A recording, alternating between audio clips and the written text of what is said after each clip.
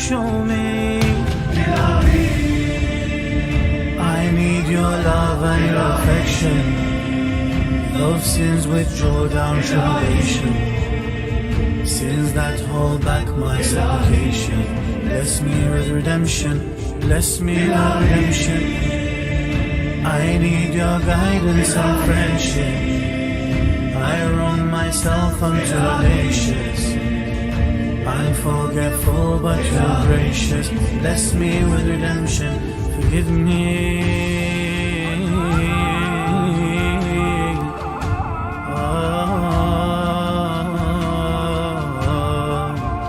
Forgive me.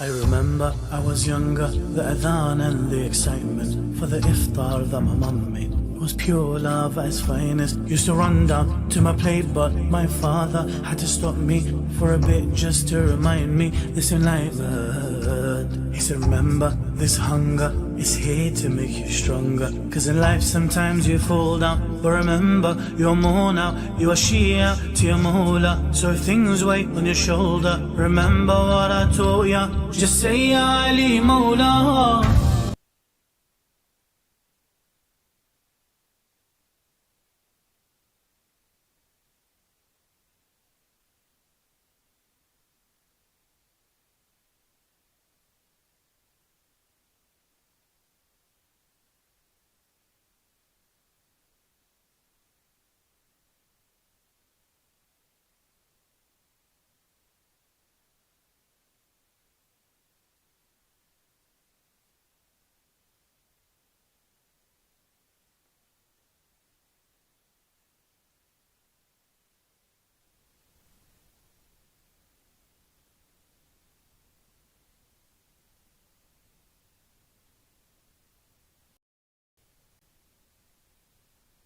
I need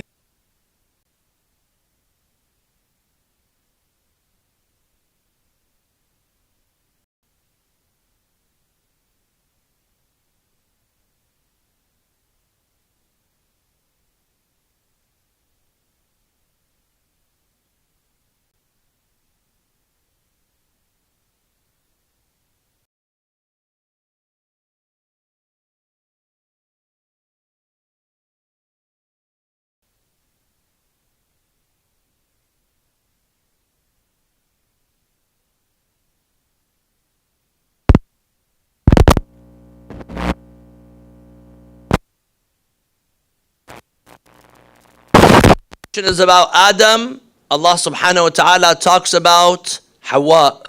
Allah talks about Qabil and Habil. When Allah subhanahu wa ta'ala talks about Noah, Allah talks about the family of Prophet Nuh, about the wife of Nuh, about the son of Prophet Nuh. When Allah talks about Ibrahim alayhi salam, Allah mentions how Ibrahim, he and Sarah, they struggled to have a child, and then Ibrahim has struggled with his uncle Azar, and then his struggle in having children with Ismail and with Ishaq, how they both built the Kaaba, and the test of Prophet Ibrahim and the family of Ibrahim alayhi salam. When it comes to Prophet Musa alayhi salam, we see Allah talks about his mother. She places him in the river, and how later on his sister, she comes and she guides people to the mother, and then he does a dua and he asks for his brother Harun to be his supporter. And then when we look at Maryam and Al Imran, we see Allah talks about them as a family, not as a person. When Allah talks about Zakaria, Allah talks about Zakaria and Yahya and the du'as of Prophet Zakaria, and also with Rasulullah sallallahu alayhi wa. When the discussion is about Rasulullah, we see it's about the family of the Prophet as well. إنما يريد الله ليذهب عنكم الرجس أهل البيت قل لا أسألكم عليه أجرا إلا المودة في القربى. So you see that there is a discussion concerning the families of the prophets. What does this mean? Allah subhanahu wa ta'ala is trying to send us a message that you as an individual, if you want to uphold your faith and uphold your values, you have to do it through your family. You need to have your family be with you.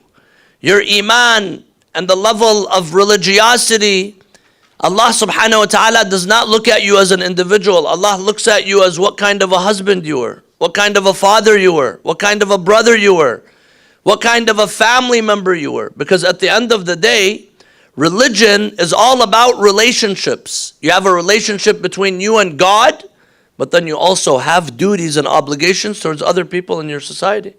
We have an obligation towards our neighbors, an obligation towards our parents, an obligation towards our loved ones. And this is also a part of religiosity, and this is what makes a person a truly religious person.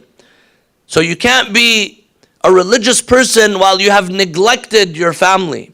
You can't be a religious person while maybe you pray Salat al-Layl, the midnight prayer every night, but you don't have a healthy relationship with the people that are closest to you. This is one.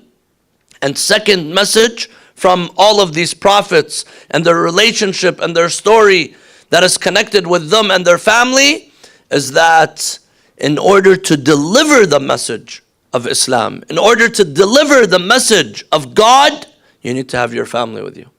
Ibrahim alayhi salam, he does not deliver the message of Tawheed by himself. He says, رَبَّنَا إِنِّي أَسْكَنْتُ مِنْ ذُرِّيَّتِي بِوَادٍ غَيْرِ ذِي زَرْعٍ. Oh Allah, I brought my family and I want to deliver this message with my family, along my family. And this is why when Allah subhanahu wa ta'ala tells him, إِنِّي جَاعِلُكَ لِلنَّاسِ إِمَامًا, I have made you an imam. What does Ibrahim say? قَالَ وَمِنْ ذُرِّيَّتِي. He says, what about my family? So we see that there's a correlation. If you want to be successful in delivering the message of God, the message of Tawheed, you need to do it with your family. And Rasulullah sallallahu alayhi wa alihi, one of his du'as was always وَالَّذِينَ يَقُولُونَ رَبَّنَا هَبْ لَنَا مِنْ أَزْوَاجِنَا وَذُرِّيَّاتِنَا قُرَّةَ أَعْيُنٍ. Oh Allah, bring me joy from my family, from my spouse, from my children.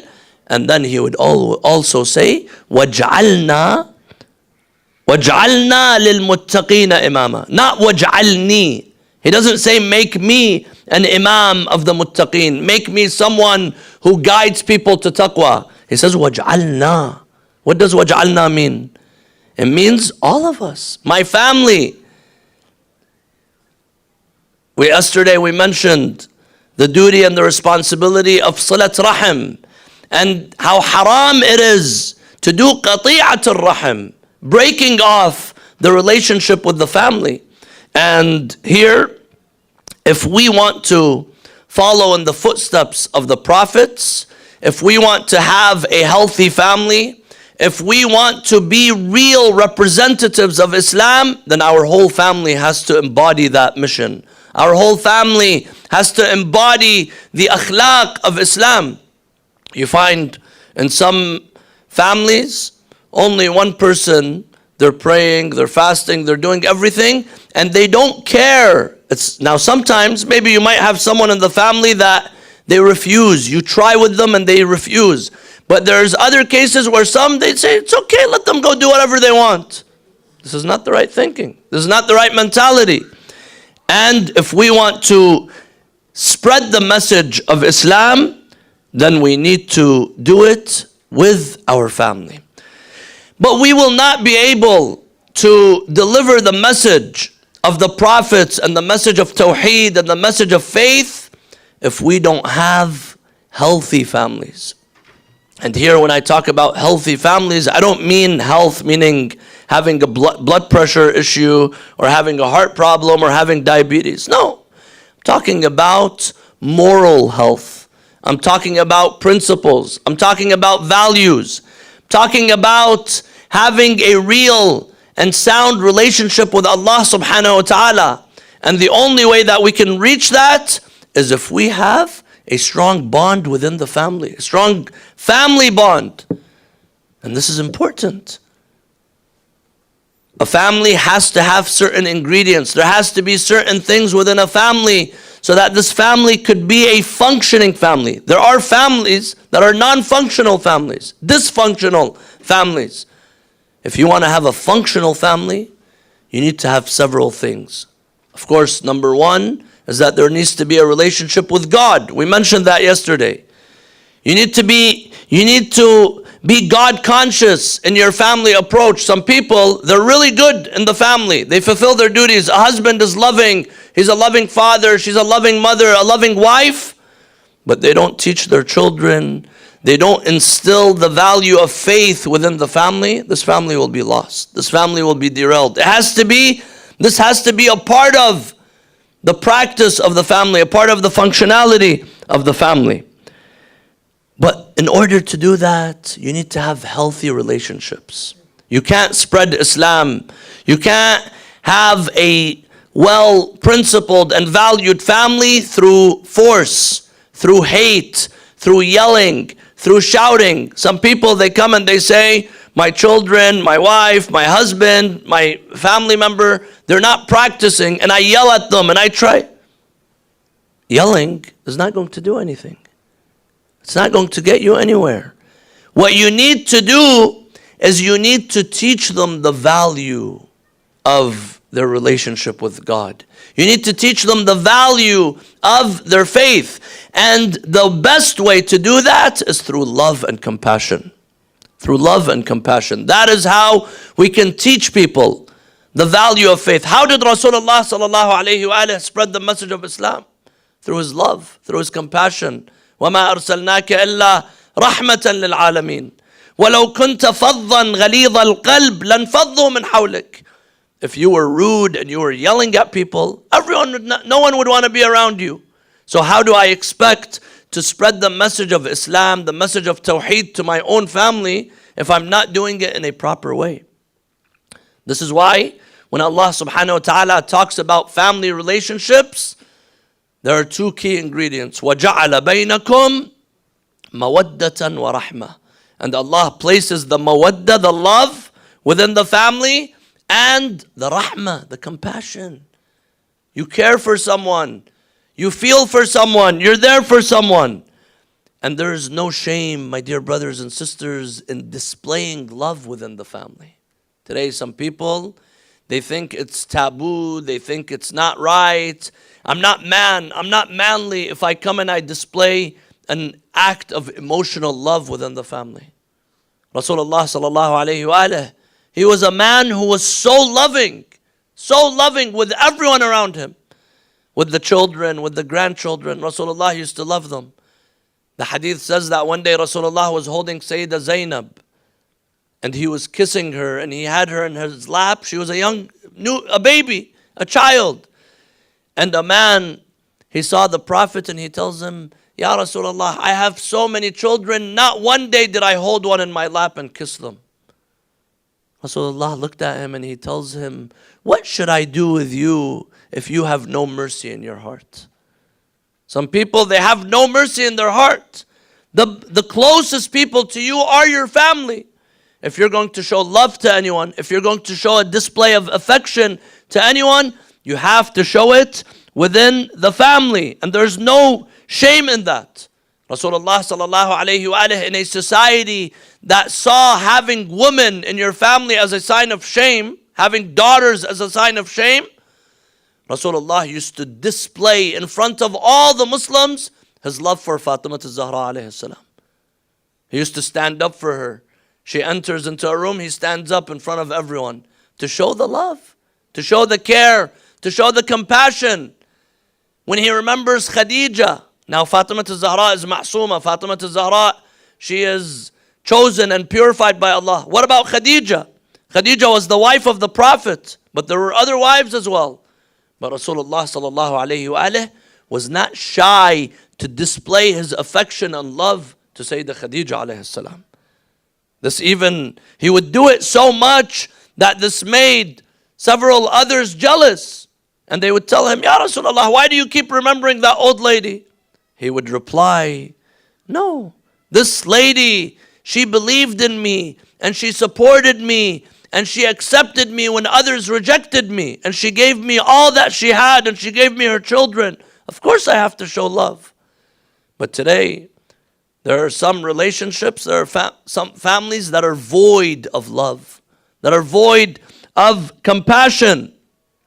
If you want to have a healthy family functioning relationship, there has to be love. There has to be respect. And this is what the Ahlul Bayt alayhim salam teach us. This is what Rasulullah teaches us. Now, if you have that functioning family that has love, then the family will be functional. And if the family is functional, then you see society begins to function properly. There's a correlation. There are studies that show if there's a broken family, what will that cause? That will cause a broken society. That will cause more people to be in prisons. That will cause bad grades. That will cause so much suffering in society. It's not just an individual decision. Sometimes some people, they come up to me and they say, I have a problem with my husband, with my wife. I want to get divorced. And of course, in Islam, you can't do divorce right away. You have to counsel. Sometimes 5, 6, 7 sessions and hours of counseling, because every problem could be fixed. Some people, they come and they want to get divorced right away. Doesn't work that way. And one of the things that people say, anytime I come and I tell them, but you have kids right now.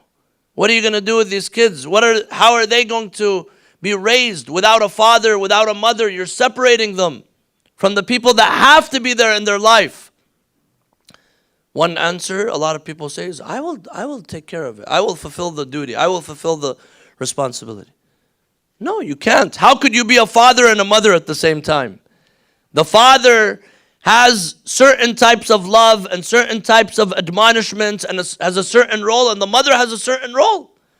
So here, if the families are broken, then that will reflect on society. That will reflect on an individual. And of course, this is why we have to focus on building families. And one of the places and one of the means of building families and keeping families together is a place like this, in the masjid. When you come and Islamic Center, when you come with your family, you listen to a lecture, you pray together. This will strengthen the relationship of the family. This will strengthen the bond within the family. So now, my dear brothers and sisters, from an Islamic perspective, it is our duty and the duty of everyone in community and society to make sure that the families are healthy and protected. And it's our collective responsibility to try to fix a dysfunctional family, to try to fix a family that is suffering, that has some problems. Sometimes intervention is required. Just like a doctor sees that probably someone is ill, sometimes intervention is required to fix a problem. And if it's not fixed, it might be too late. But it's our duty. It's the duty of the mosques. It's the duty of the clergy. It's the duty of the elders in the family. It's the duty of those who see, those who care, to try to fix. If you have someone that is close to you that has a problem within their family, the husband and the wife, the children, there's something going on, you have to try to fix it. Amir al-Mu'mineen Ali ibn Abi Talib, he says, إصلاح ذات البين خير من عامة الصلاة والصيام. Do you know what that means? This means إصلاح ذات البين. If you see two people, they don't necessarily have to be family, two friends. They're not talking to one another anymore. You come and you bring them together. You do islah. You bring them together and you fix the problem. The reward is greater than ammatus salati was siyam. It's greater than fasting and prayer. These are the words of Amir al-Mu'mineen. He says them in his wasiyah. In a few days, in 2 more days, we'll mention the wasiyah of Amir al-Mu'mineen. He says this in his wasiyah. إصلاح ذات البين خير من عامة الصلاة والصيام. So here, the Quran tells us sometimes intervention is required. Allah says in the Quran, وَإِنْ خِفْتُمْ شِقَاقًا بَيْنَهُمَا فَابْعَثُوا حَكَمًا مِنْ أَهْلِهِ وَحَكَمًا مِنْ أَهْلِهَا إِنْ يُرِيدَا إِصْلَاحًا يُوَفِّقِ اللَّهُ بَيْنَهُمَا. Meaning, if you see a problem going on, send someone from her side and someone from his side to try to bring them together and counsel them. Now, what are the top reasons for destroyed families?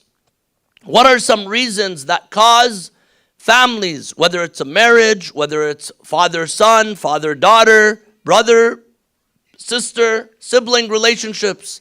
What are some of the top reasons that we see cause problems within families? One, lack of commitment. Sometimes you see people, they start giving up on their own family. They give up on them. That's it. They don't feel energized. They don't feel committed anymore. We have responsibilities and duties. We have to have a commitment. I mentioned yesterday, Silat Rahim. You have to be connected with your family. And Qati'atul Rahim, breaking off a bond within a family is haram. That is forbidden. So we have duties.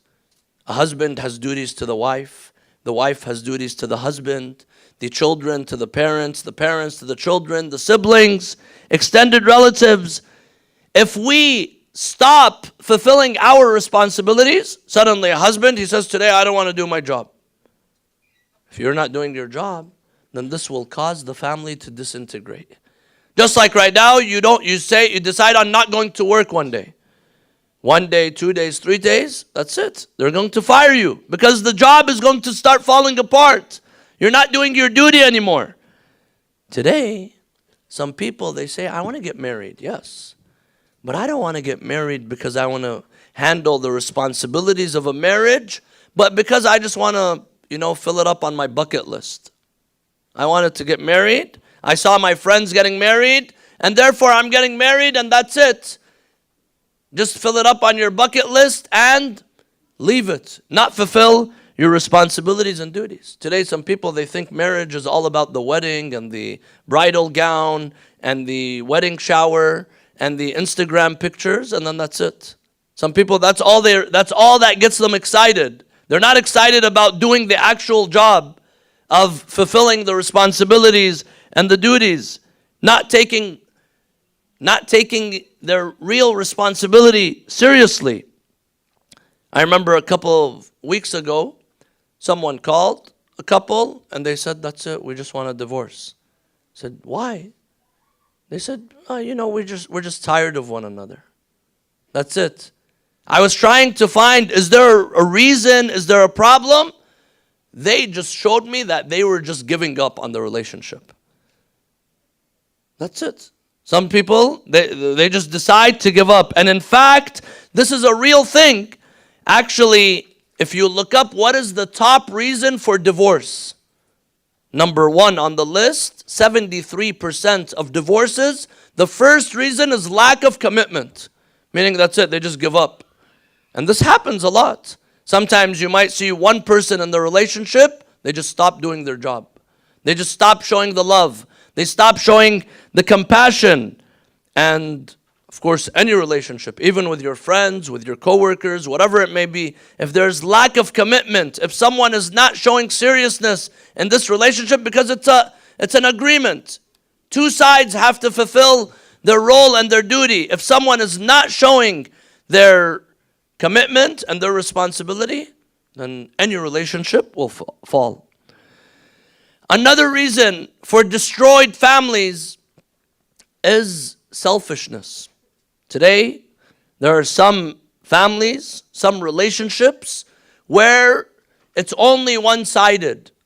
There's one person in the relationship, one person in the family that is doing all of the work, that is struggling, that is carrying the load, and the others, they're just watching. And they complain and they talk and they have the verbal abuse and they assault. This is how some relationships are. Sometimes you see it come from the husband, from the wife, from the children, from the parents. There are some that are selfish in the relationship. And this is something that will destroy any relationship. Any relationship where someone is not fulfilling their job and being very selfish, this is going to cause destruction. Or sometimes one person has a higher expectation, expects so much from the other person. Rasulullah sallallahu alayhi wa alihi, when Amir al-Mu'mineen and Fatima al-Zahra got married, he gave them a piece of advice.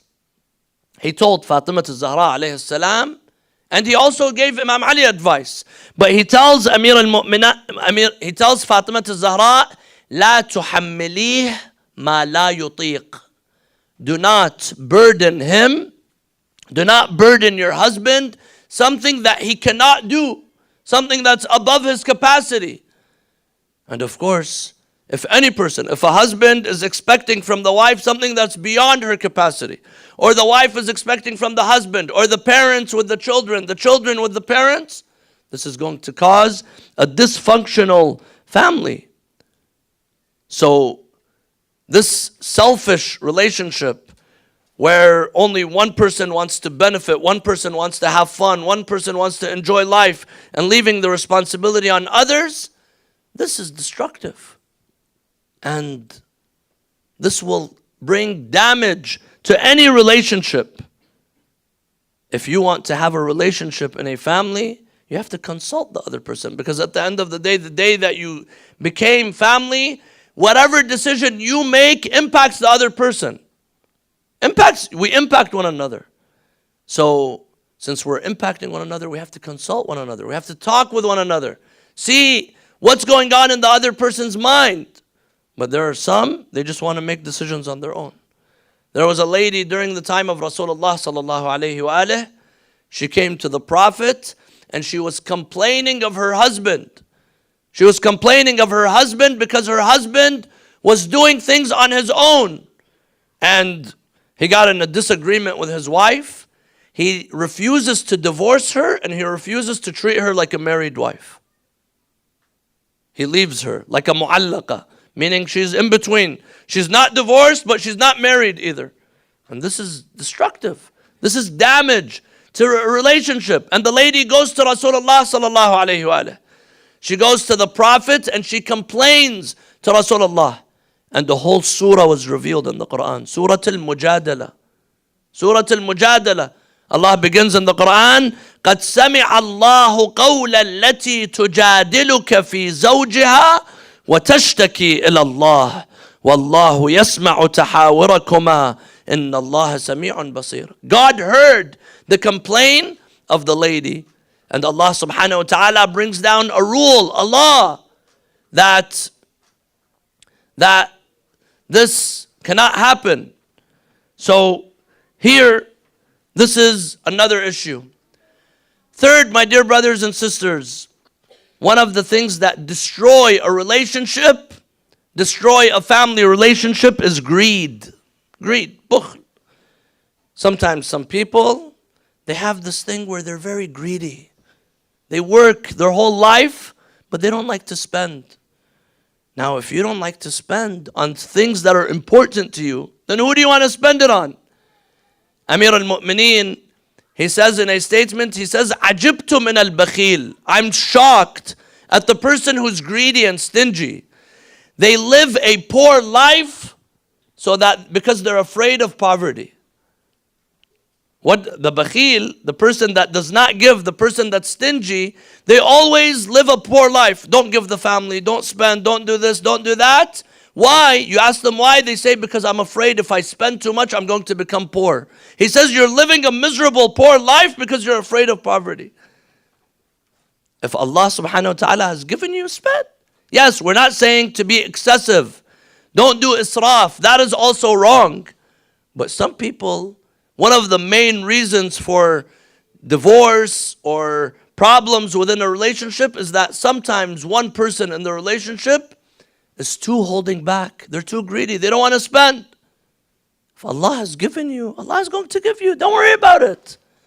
So here, in a hadith from Rasulullah sallallahu alayhi wa alayhi, he says, As-sakhi qareebun min Allah. The generous person is close to God. Qareebun min al-nas. Close to people. Everyone loves you. Everyone wants to hang around with you. Qareebun min al-jannah. And close to paradise. And then he says, wal-bakhil. The greedy, stingy person, ba'idun min an-nar. This person, the bakhil, the generous is also ba'idun min an-nar. Qareebun min al-jannah and ba'idun min an-nar. Far from the hellfire. Wal bakhil, and as for the stingy person, ba'idun min Allah, ba'idun min an-nas, ba'idun min al-jannah, qareebun min an-nar. Far from people, far from God, far from heaven, and close to the hellfire. And the generous is the total opposite. Another destructive trait in any relationship, whether it's family or business or whatever it may be, is the quality, the bad trait of lying. There's some people, every other word that they utter, they have to lie. Sometimes a story, they exaggerate it too much, making it a lie. And this is bad. No one wants to be around a person who's always lying. No one could trust someone who's lying. Some people, that's it. They're unfaithful. And here's the problem. If there's a relationship and there's no trust, they lose the trust once, twice, 3 times, they end up losing the trust, then that's it. This trust is going to be very difficult to rebuild. This is why being faithful in a relationship is very important. Because once the trust is broken, then how could you fix it? It's always going to show, it's always going to reveal that there's a problem. And of course, lying is also haram. Allah says in the Quran, إِنَّمَا يَفْتَرِ الْكَذِبَ الَّذِينَ لَا يُؤْمِنُونَ بِآيَاتِ اللَّهِ. Who are the ones who lie? Those who do not believe in Allah subhanahu wa ta'ala. Those who do not have fear of Allah subhanahu wa ta'ala. This is why Rasulullah, he says in a hadith, he says, you put all of the sins, the wrong sins, in a room, and the key to that room is lying. Because if you begin lying, it will enable you to carry out all the other sins. There was a man who had a problem of committing sins. He comes to Rasulullah sallallahu alayhi wa alayhi and he tells him, Ya Rasulullah, give me advice. I have so many sins. A lot of problems, but I'll only take one advice from you. What does Rasulullah tell him? Rasulullah tells him, La takdhib, don't lie. Then he comes back a while later and he tells the Prophet, you closed all of the gates of sinning, because now I can't do anything unless I lie. I have to cover up for it. But if I'm unable to lie, if I choose to live a life of honesty and not lying, then that means I won't be able to carry out all the other sins. And this is why someone who doesn't lie is a valuable person. Someone who you should trust. Someone who you should have around you. And someone who lies, you don't want to have around you. Why? Because the hadith says, يُقَرِّبْ لَكَ الْبَعِيدُ وَيُبَعِّدْ لَكَ الْقَرِيبُ. Someone who's a liar, إِيَّاكَ وَمُصَاحَبَةِ الْكَذَّابِ. Do not be friends with a liar. Why? Because they will make that which is far be close, and that which is close be very far. Another thing when it comes to trust and when it comes to being faithful in a relationship is if someone kept a secret with you, something personal. They came and they told you. Can I go and tell other people's secrets? Especially if it's family secrets? No, I can't.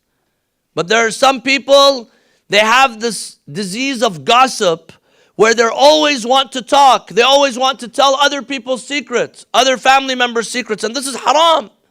Because Your family member trusted you with this, but you're going out and you're telling and you're exposing them in public. Sometimes you see if a relationship, if they have a healthy relationship, then they're quiet. But as soon as one of them angers each other, they go out and they start talking. This is haram. You see a wife, she's gathering with her buddies, with her friends, and she starts spilling all of the husband's secrets. Or a guy a husband with his friends, he starts talking about his wife and his in-laws and the whole family. It's not right. If you are exposing other people, the closest people to you, then what can you be trusted with? You can't even be trusted with the closest people around you. So this is another point that destroys families and destroys relationships. Another very important point is anger, ghadab. Anger is very destructive, my dear brothers and sisters. Anger, the hadith says, having anger is like having a head without the body. Anger to iman, anger to the faith, it's so destructive to the faith, it's like having a head without the body. This is what it does. Sometimes when people, they're angry, they start doing things that they would not do in any normal time. It becomes a sort of sanity. And in a hadith from Rasulullah sallallahu alayhi wa alihi, he says, Al-ghadab yufsidu al-iman kama yufsidu al-khall al-asal. He says, ghadab, anger, destroys your faith and it destroys your iman the same way the vinegar destroys the honey. If you put some vinegar on the honey, it's going to destroy it. That's it. Anger has the potential to destroy your iman. It has the potential to burn bridges with God and bridges with other people.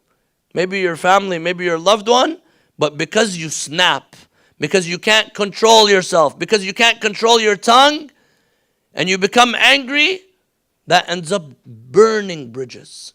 You spend your whole life building bridges with other people, with family members, but one moment of anger destroys it all.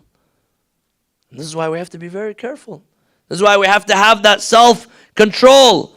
An Abi Abdullah alayhi salam, from Imam al-Sadiq, he says, مكتوب في التوراة فيما ناجى الله عز وجل به موسى عليه السلام. It's written in the Torah what Allah told Musa عليه السلام. يا موسى أمسك غضبك عمن ملكتك عليه أكف عنك غضبي.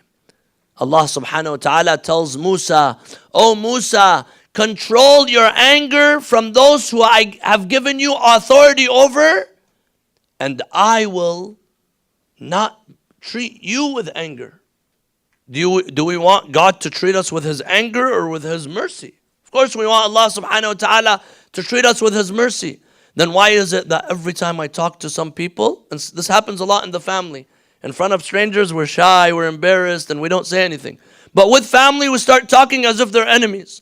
We start talking as if we're always angry with them. And this is not healthy. This is not right. If you're always yelling at someone, if you're always angry with someone, they're going to find someone else to socialize with. This happens a lot with the kids. Sometimes the parents, without realizing, they start only yelling, only giving orders, only giving demands. And what ends up happening? They come and they say, you know what? Adios. I'm going to find someone else to talk to. I'm going to find someone else to spend time with. Now, of course, that is wrong as well. That's qati'at al-rahim. Some people, they come and they say, I have a problem with my family. We don't get along. What's the solution here? The solution is that you have to be patient, that you have to be persistent. You can't give up. I mentioned yesterday, it's haram to give up on your family. This is the test that God is testing you with. That's it. Some people, they're tested with salah. Some people, they're tested with their income. Some people are tested with poverty. Some people are tested with a not so perfect relationship with their family. You have to be patient. You have to be patient and you have to persist. And you have to control your anger. Luqman, he tells his son in a hadith, he tells him, Ya bunay, أملك نفسك عند الغضب حتى لا تكون لجهنم حطبا. He says, oh my dear son, control your tongue in the time of anger so that you do not become fuel for Jahannam. Why? What do? Sometimes you see the person who prays Salat al-Layl, they're fasting, they're praying, they do everything. The moment they get angry, becomes a totally different person. They start using foul language, they start hitting, they start abusing, they start doing things that they would not usually do. And these things we're going to be held accountable for. So one of the disciplines, one of the benefits of fasting during the month of Ramadan is that it gives us that sense of self-control. And one of the things that we have to control is our anger. Anger management. Manage it. What does it mean? It means that you are allowed to have that anger. Just don't come and explode. Manage it. And the hadith tells us that if you become angry, go and do wudu. Go and wash your face and do wudu. Go and pray 2 rak'ahs. Sit down. These are all things that a person can do that will remove the anger. Another thing is, don't put yourself in a situation, don't start a conversation that's going to trigger your anger. Don't start that conversation. Or talk about it in a setting where you're going to find a solution. Not, oh, you did this and you did that and you did this and you did that, and it's not going to get anywhere. Sometimes we have to change our thoughts, because our thoughts, they impact our mood, and our mood impacts our behavior. And then we start becoming angry. So you have to control your thoughts. Control your thoughts. Don't look at the person as always at fault. Have husn al-dhan in other people. Give people an excuse. Give people the benefit of the doubt. This is one.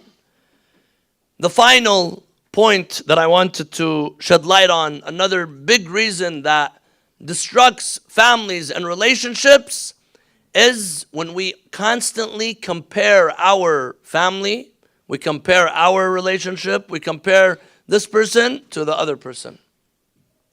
The wife, she sees her husband, for example, he's taking a nap, he's not doing what she wanted him to do. She tells him, oh, you see this man, he always does it. As soon as his wife tells him, he does it right away. Or the husband, he comes home, he sees his wife is exhausted, she's tired, she had a long day, and he tells her, yeah, you know, this lady, she always has her house clean. This is wrong. This is wrong. To compare and to have wrong expectations from individuals. And comparing will bring problems. It's not going to bring a solution.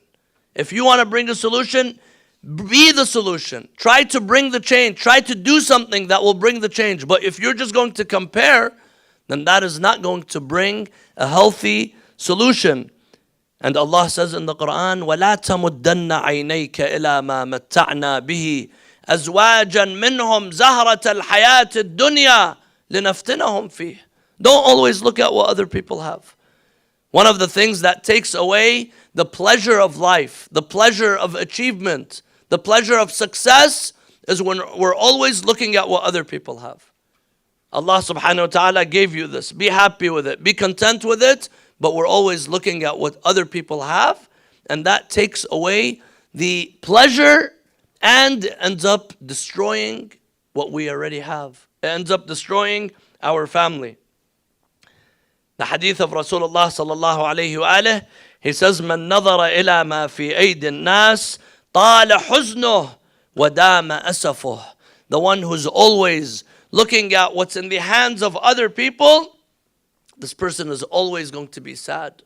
And this person is never going to be content, because you're always going to feel that you're behind and someone has something that is above what you have. My dear brothers and sisters, the days of the holy month of Ramadan and the nights of Ramadan, one of the main purposes and functions and something that we should get out of the month of Ramadan is to have stronger family ties, to fix our relationship, mend our problems. If you have a family member, a relative, Fix that problem. Try to mend the ties, be connected with them, and build the relationships, and don't do something that will cause destruction to a family. We ask Allah subhanahu wa ta'ala to bless you all. We ask Allah to accept all of our du'as, all of our fasting, all of our actions during the holy month of Ramadan. Tomorrow night, inshallah, will be the eve of the 19th of the holy month of Ramadan. It's the night of the strike of Amir al-Mu'mineen Ali ibn Abi Talib. We will mention the musibah of Amir al-Mu'mineen. And it is also the first night of power, Laylatul Qadr. So there's not enough Qur'an here. Qur'an's here. Bring a Qur'an with you. And inshallah, we will do the a'mal, raf' al-masahif, some of the short du'as, and du'a jawshan. Du'a jawshan and some of the other du'as, inshallah. We will do them all together here. Bring your family, bring your loved ones, so that we can do the a'mal together. نسألك اللهم وندعوك باسمك العظيم الأعظم الأعز الأجل الأكرم يا الله يا الله يا رحمن يا رحيم يا مقلب القلوب ثبت قلوبنا على دينك. اللهم اغفر للمؤمنين والمؤمنات الأحياء منهم والأموات. تابع اللهم بيننا وبينهم بالخيرات. إنك مجيب الدعوات، إنك غافر الخطيئات، إنك على كل شيء قدير. وإلى أرواح المؤمنين والمؤمنات نهدي ثواب الفاتحة مع الصلوات.